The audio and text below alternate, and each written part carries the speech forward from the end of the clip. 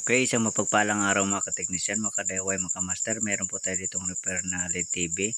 Ito po ay higher. So, testing po natin para malaman natin kung anong problema nito. So, ayan, saksak po natin. Ayan, so may power naman siya.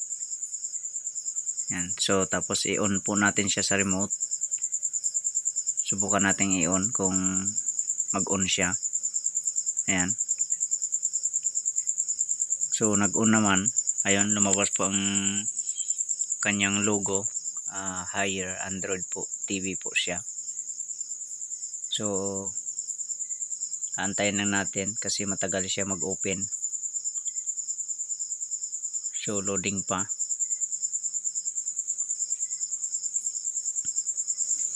Ayun, nawala na ang kanyang picture. Nawala na. Sige, samahan nyo po ako, buksan po natin ito. Ito nga pala ang kanyang model. Ayan. So nasa 50 inch po, 70 inch po 'yan. 70 inch po na higher LED TV, Android. Ayan, so bubuksan na po natin ito. Ayan, natanggal na natin ang kanyang mga screw. Ayan, so aangat na natin ang takip. Ayun, may natira pa palang isa.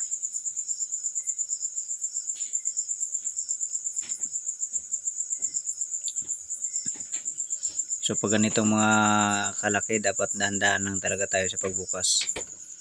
Ayan, so ito yung kanyang power supply. Ayan. So meron tayong napansin ito, kapasitor na lumubo na. Bali na sa backlight driver po iyan na supply. Ayan. So yan naman ang kanyang T-con. Ayan. So may top board naman siya. At ito naman ang kanyang main board.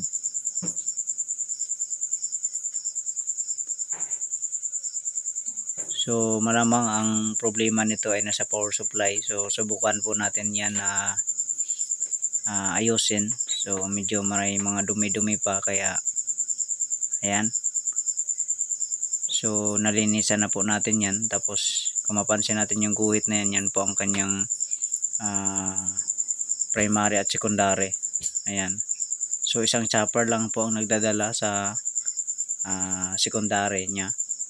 So meron siyang PFC, tapos kumbaga half bridge po ang kanyang design ng power supply.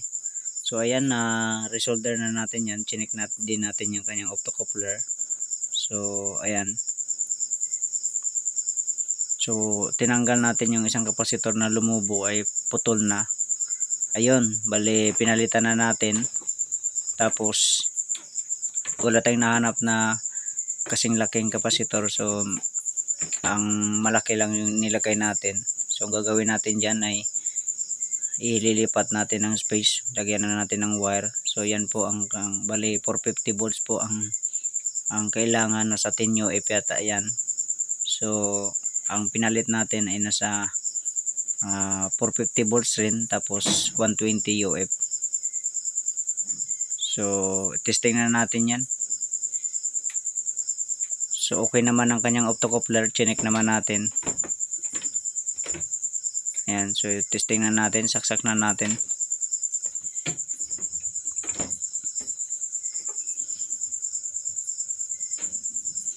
So isa lang yung pinalitan natin na kapasitor, yung sa kanyang backlight driver na supply.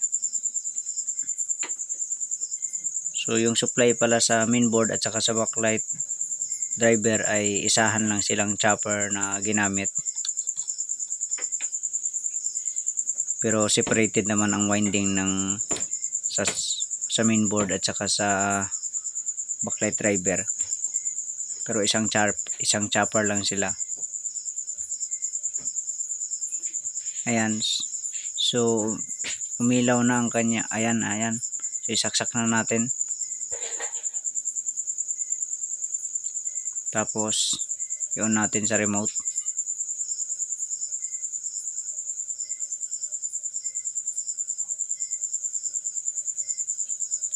Yun ang power. So yun, nag-on naman siya. Ayun, umilaw na rin ang backlight. So antayin lang natin yan na kung mamatay pa ang kanyang backlight. So kung tuloy-tuloy na yan, ibig sabihin ay okay na siya.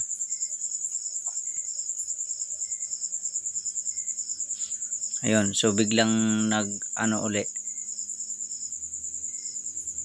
nag-igpat. So sa madaling sabi, tuloy-tuloy na siya. Hindi na siya namamatay.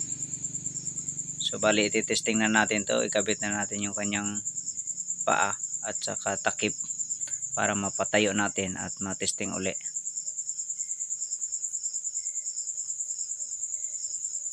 So antay-antay lang, patagalin lang muna natin para kung tuloy-tuloy talaga siya. Ayan, so okay na. So takpan na natin.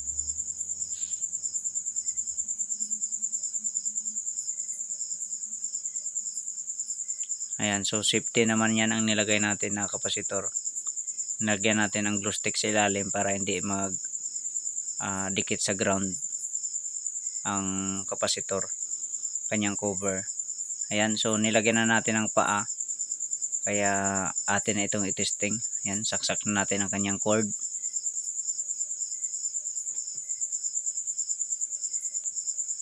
Ayan, saksak natin sa outlet. Tapos power on natin uli sa remote. So sana walang damage yung screen kasi sa pagbuhat namin kanina mabigat, malapad kasi, kaya nasa 70 inch yan. Ayan, so lumabas na. Sana tuloy-tuloy na yan at walang damage yung screen nya. Antay-antay lang po tayo kasi matagal-tagal bago siya mag labas ang display, ang kanyang mga menu.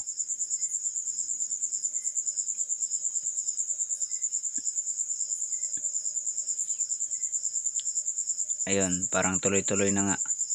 Oops.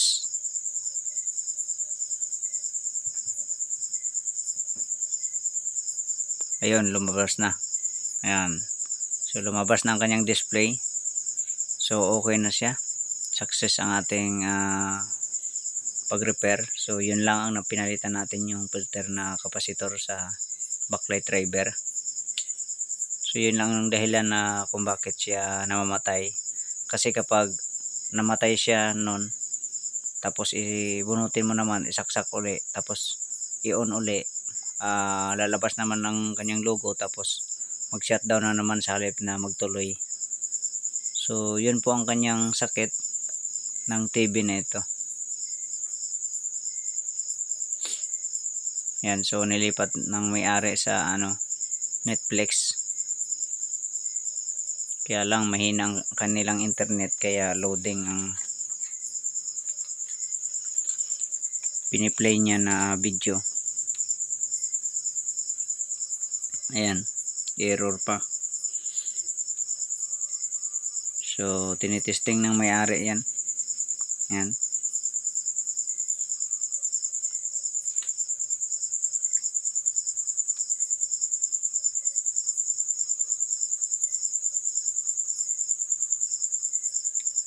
So mahina talaga ang internet nila. So ganyan kalaki ang TV nito. Ayan, kung mapansin nyo ay nasa 70 inch higher po. Ayan. Okay, sige. Hanggang dito na lang video natin. God bless po sa inyong lahat. Bye bye.